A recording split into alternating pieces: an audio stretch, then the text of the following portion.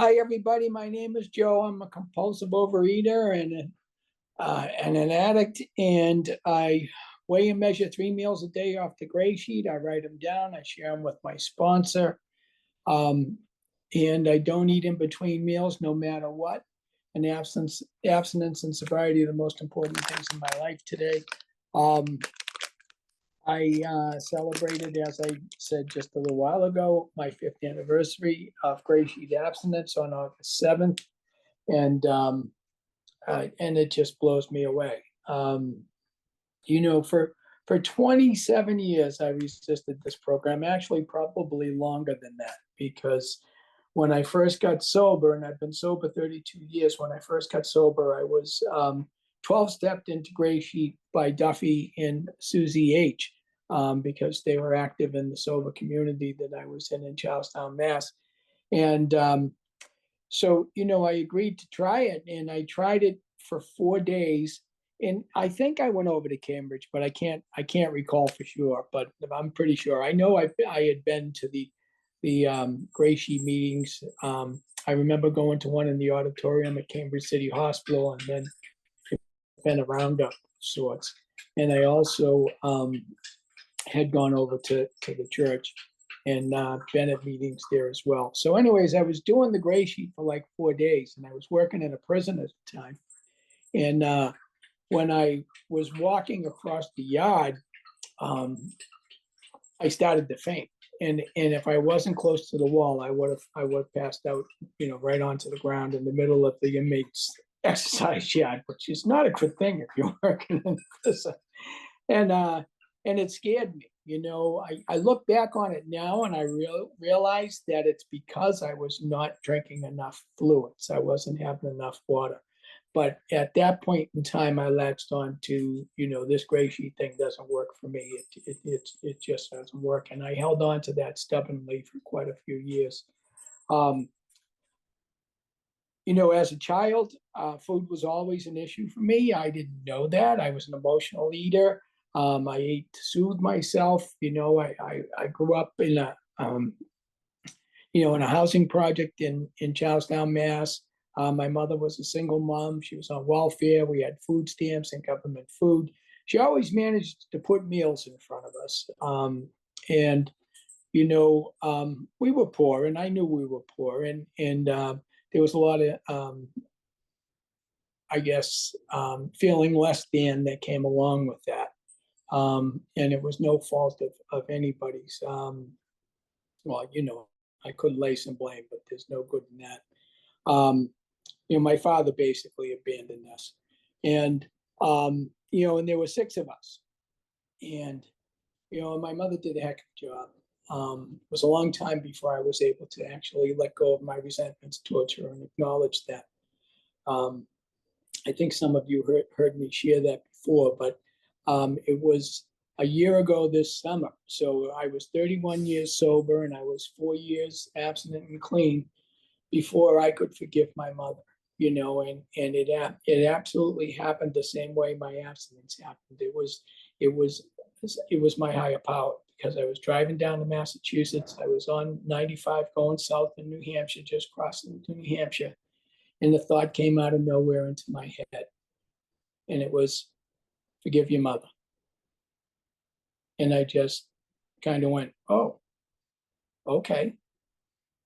And I was able to just forgive my mother after 31 years of trying to do it through the steps, and had made amends to her a couple of times, and was never able to truly let go of my resentments until that moment.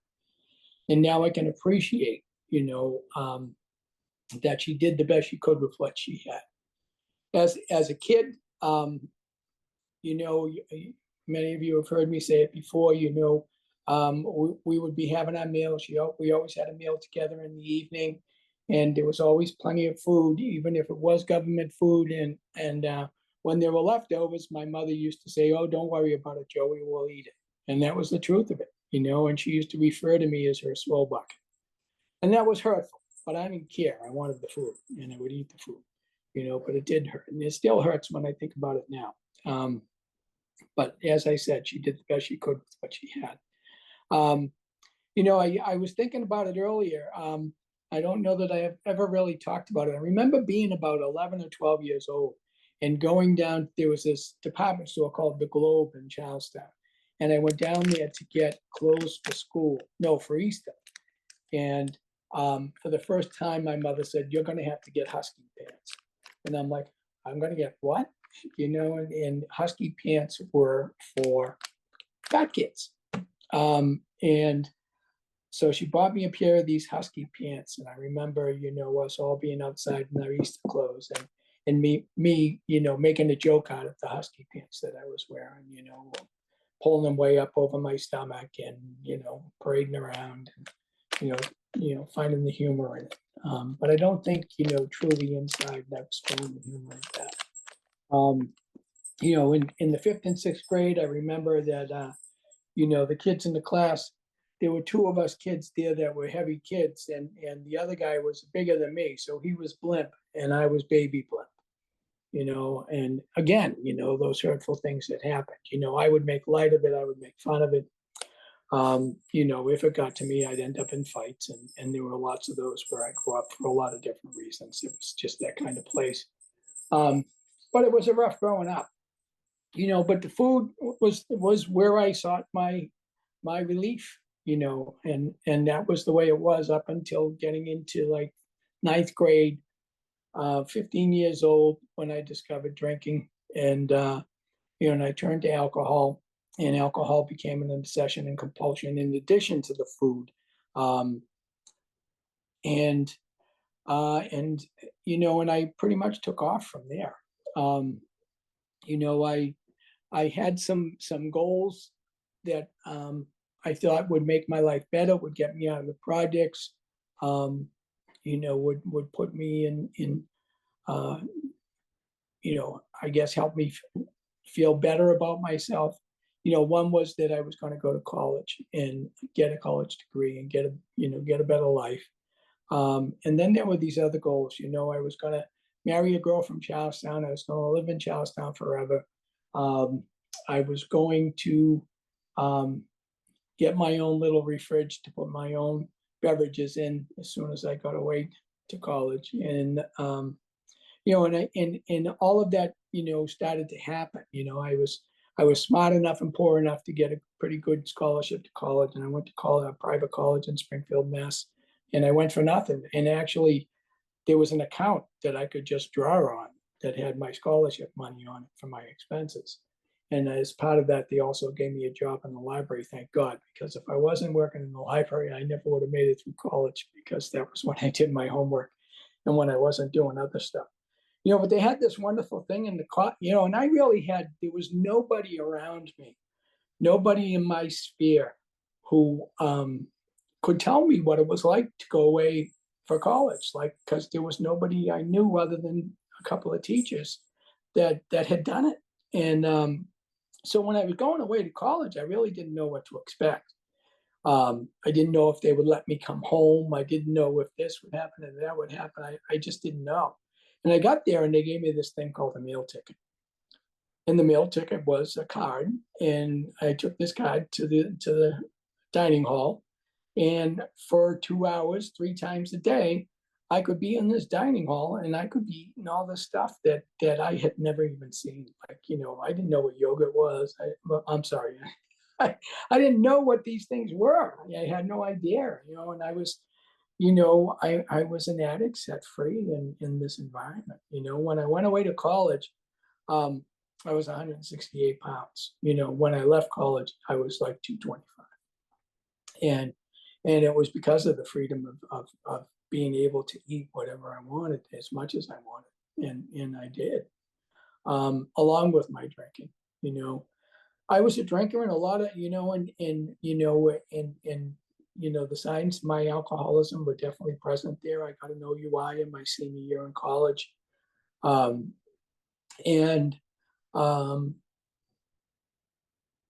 I never did not eat. There was never a night that I was out, doing my thing that didn't end with me having something to eat. The food was never left behind. I got that OUI my senior year, and I was kind of floundering around about what I was going to do for a career. And they, as part of having that OUI, I had to go to these courses. 5 minutes, Joe. 5 minutes Thank left. you so much. So I went to these courses, and I, long story short, I became interested in becoming an alcoholism counselor. I came back to Boston, started looking for work, applied for a job, got a job as an alcoholism counselor, ironically at Cambridge City Hospital. Turns out, one of my bosses at that time was doing Gray Sheet, and I watched her losing the weight, and I watched her with her weight and measured food, and I watched her I watched the weight just come off her. She melted away.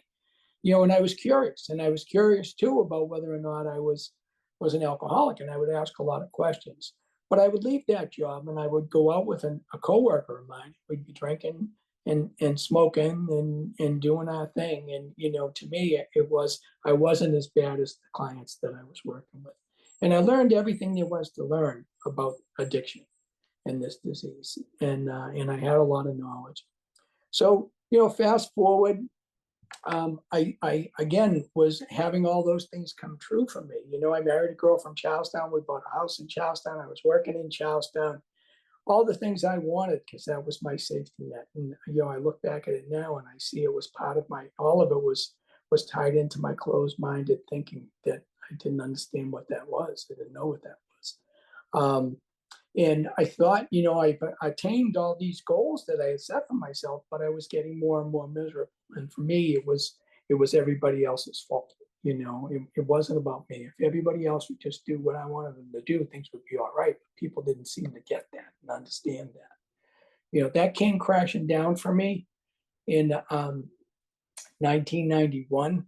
And then I went on a long bottoming out with my alcohol and drugs and the food too. But, honestly, I wasn't paying any attention to that piece of it. I was doing things I never intended to do. I was in places that were dangerous. And just doing crazy things. Unless I was seeing my boys, I was out up to no good because I was out of work, and I was just, out of control. Eventually, I got a job working at the sheriff's department in Boston. As part of that, you had to be able to pass a drug test. So I put that part of things down, and that increased my drinking and my eating. Eventually, I got hired. They saw my past experience. They wanted me to work in their treatment unit. I told them no. They told me I would if I wanted to keep the job. So I said, yes, I'd love to. And I did. That became pretty much my treatment program because they put us through training for that. And that began my sobriety. And that was also the point in time when I had tried Gray Sheet, that time I talked about earlier. And then left it behind. Fast forward a couple of years into that, a coworker of mine at the House of Correction was telling me that she had this friend she wanted me to meet, that she thought we would be great together. But I was dating this other girl, and so I was kind of resistant to it. But then I went to this fundraiser out in Brighton, and the girl I was dating wouldn't come. She was like, she was had social anxiety and wasn't willing to go. And do you know what that clicking sound is? Everyone else is muted, but it's a funny, loud clicking sound. That's me tapping my fingers. Sorry. Thank you. So anyways, now I lost my train of thought. So anyways, I went to this function and I met this beautiful woman, and her name was Tara. And Tara asked me to dance. And Tara and I danced all that evening. But I was still not done with this girl I had been dating. So I wouldn't ask Tara for her number. I left that function enamored with her, but I said nothing. And like I said, I had already— 1 minute, Joe, 1 minute. Okay. So anyways, long story short, I was done. Eventually I got together with Tara. Tara approached the food first. I followed her into OA. We both had some success in that program for a period of time. We got married. We were both wicked skinny when we got married. I thought I was too skinny, to be honest with you. Then I went out, and that started a cycle of the next 27 years of in and out and playing around with getting the bypass and all that stuff. None of that worked. Roll around to probably the end of 2018, and I finally started praying as part of my prayers, asking my higher power to give me the willingness to be willing to do Grey Sheet. And that became a regular part of my prayers for the next few months. I woke up on August 7th, 2019, and the thought just came into my head, I think I'll have an abstinent practice. And I verbalized. And Tara had an abstinent meal inside, in my hands, inside of 10 seconds. It was boom. And then she had, and here's some phone numbers. You need to get a sponsor. You need to get a Grey Sheet. You need to do this program for yourself. I am not doing it for you. Bang, you know, and Grey Sheet became really the opposite of what I expected. It did not feel restrictive. It did not feel overwhelming. None of That's it was time, Joe. for me. Okay, and you know, and the rest of it is history, and most of you know it. I've been abstinent for these 5 years. It's not been easy, but it has not been difficult. It's been simple for me. I choose my foods off the Grey Sheet.